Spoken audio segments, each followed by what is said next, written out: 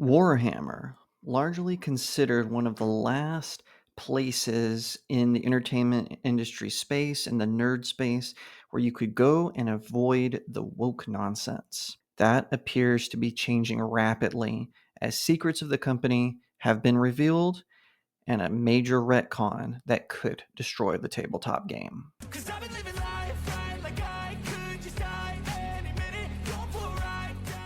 Hi everyone, my name is Jacob Berry. Welcome to the StudioJake vidcast where I talk about all things pop culture. Be sure to like, share, and subscribe.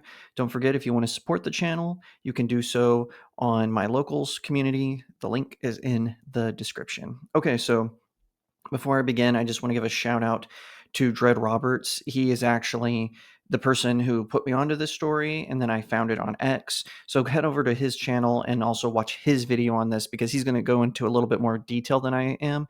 I just wanted to talk about the news and give some thoughts on it. So yeah, Warhammer 40,000 is considered, one of the best tabletop games. They also do board games and video games. There's a ton of novels based on it, and I've only recently started dipping my toe into it. I'm, not like a major super fan, but forever people were saying, "Hey, listen, with all these other tabletop games, comic books, television shows, with them going woke, Warhammer has kind of been a refuge."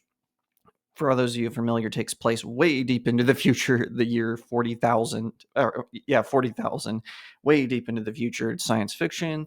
You can be humanity. You can be different types of aliens, things like that. There are way more YouTubers who explain the lore way better than I am now. But apparently that refuge away from the woke has been infiltrated. The fox is now in the hen house with it. And apparently they have decided to go into with this DEI nonsense, the diversity, equity, and inclusion, which just means wokeness. And everyone's like, Jacob, would you define wokeness? Okay, sure. It's a hyper fixation on social issues through the lens of Marxism. That is exactly what it is. It's political correctness taken to the nth degree, and DEI is just a more politically correct term, ironically enough, for it. And now it has made its way into Warhammer 40,000, 40K, as some people call it. We were all excited for this because Henry Cavill had announced that he was executive producing and starring in a Warhammer adaptation for Amazon. Maybe there's still some hope there. He's a big time player of this game. He loves the lore. He's read all the books. He's played multiple campaigns. He knows what's up. But for now, apparently the company behind it, they have decided to insult the fans and go woke. So this is according to boundingintocomics.com. In a development that can only best be described as massively insulting to the intelligence of their player base, Warhammer 40K developer Games Workshop has taken to claiming that despite years of official canonical evidence to the contrary, the game's all-male Adeptus Custodes faction has always included female members amongst its ranks. The retcon to the franchise's long-standing lore was first revealed to the public on April 13th, courtesy of YouTuber Ash Barker's preview of the upcoming 10th edition of the Warhammer 40K guidebook Codex Adeptus Custodes. Therein, eagle-eyed viewers noticed that in the book's introduction of the actual Adeptus Custodes and their lore, Games Workshop had specifically chosen to highlight a battlefield story concerning a female custodian by the name of Kalidasi Taravali Kesh. It says, Custodian Kalidasi Taravali Kesh stood upon the bridge of a Cobra-class destroyer, begins a paragraph with a section subline, the Solar Fastness, named Vigilante Flame. The warship belonged to the mighty battle fleet Solar. She ingeared in the shadows of the back of the bridge, positioned at a spot where she could observe the actions of every crew member, be they the instrumentation pits at the armament shrines, or in the case of Shipmaster Lethwick, stood ramrod straight before his command throne. As noticed prior to the publication of the Codex Adeptus Custodes, the concept of female custodian did not exist. A legion of 10,000 elite, genetically modified warriors who served as the personal guards to the ruler of the Imperium of Man, the God Emperor of Mankind, as explained in their initial introduction in 2017's Codex Space Marines 8th edition. All members of the Adeptus Codex begin their lives as the infant sons of the noble houses of terror. Elaborating on this brief bit of lore 3 years later in the guidebook's 9th edition printing, Games Workshop additionally detailed potential custodians are taken in at a very young age to better survive no older than late infancy, and it is a great honor for those of Terran noble houses to submit a son. And one of the things that people are pointing out is, yes, the custodians are all male, they're all men, but they also have all female groups as well. So they were saying, why doesn't Warhammer, if they want to explore that, obviously nothing wrong with that, just focus a campaign on that faction? Why does it have to be that this faction has to change? There's nothing wrong with an all male group or an all female group. That's great. In fact, I think that it's important because it highlights that men are not better than each other, but they're certainly different than each other, and that's a good thing. Our differences complement each other. It's complementary.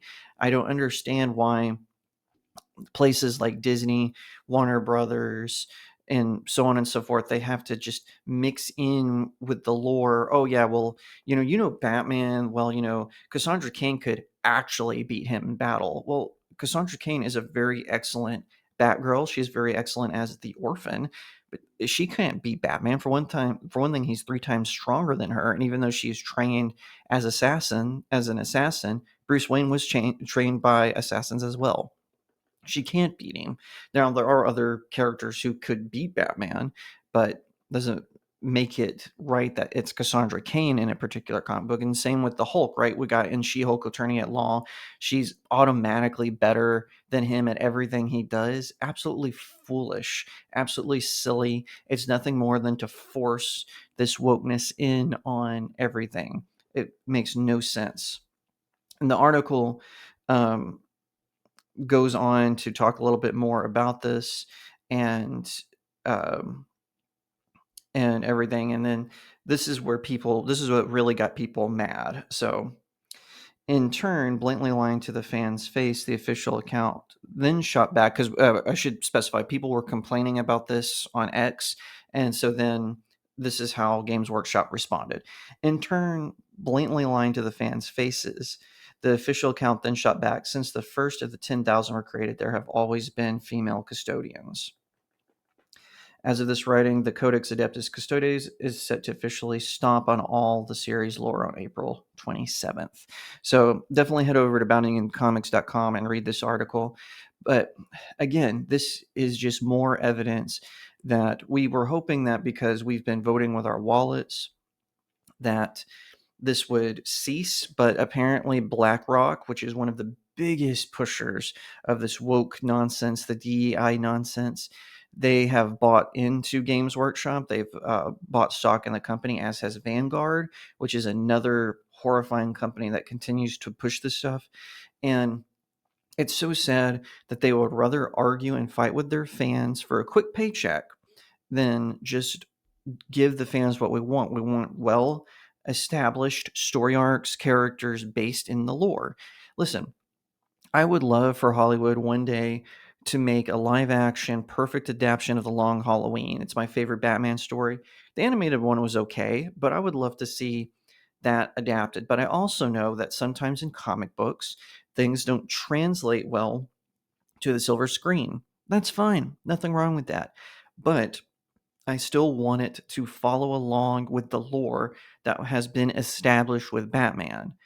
There's nothing wrong with that, and I think Hollywood would be better for it. And it's the same with these tabletop games where they're insulting fans, fighting with them, calling us all kinds of phobes and bigots and all this nonsense. And all it's going to do is further alienate us, like Marvel has done, like Star Wars has done, like DC Comics has done. All it's going to do is further alienate us, and we're going to keep voting with our wallets because those BlackRock checks, they're going to want returns too on their investments. But as long as they continue to infiltrate the culture, kind of like a James Bond villain, then we're going to have to keep fighting. We're going to have to turn and make new stuff, original stuff. We're going to have to go back to the old things. That's something I've been doing. I know that right now it's popular to not like Scott Snyder and Greg Capullo's New 52 work for Batman. I think it's good, and I've been collecting the old graphic novels that came out right after the comics were released. Why? Because the New 52 was the last time Batman was actually Batman. Is it perfect? No. But Scott Snyder and Greg Capullo definitely captured the essence of the character. And the same goes for the writer of the DC Comics during that era as well. So I'm going back to the old stuff. I'm going to continue to buy them. I'm going to try to find them on discount stores and on eBay or wherever else you can purchase those things. I'm not going to give a dime to DC Comics if I can help it. I'm going to stay the course and show them that I appreciate things when Batman is Batman and it's not some writer or artist who's just dumping their therapy notes and pretending that it's a plot line. And I have a feeling for the hardcore Warhammer fans, it's going to be the same. 'Cause I've been living life right like I could just die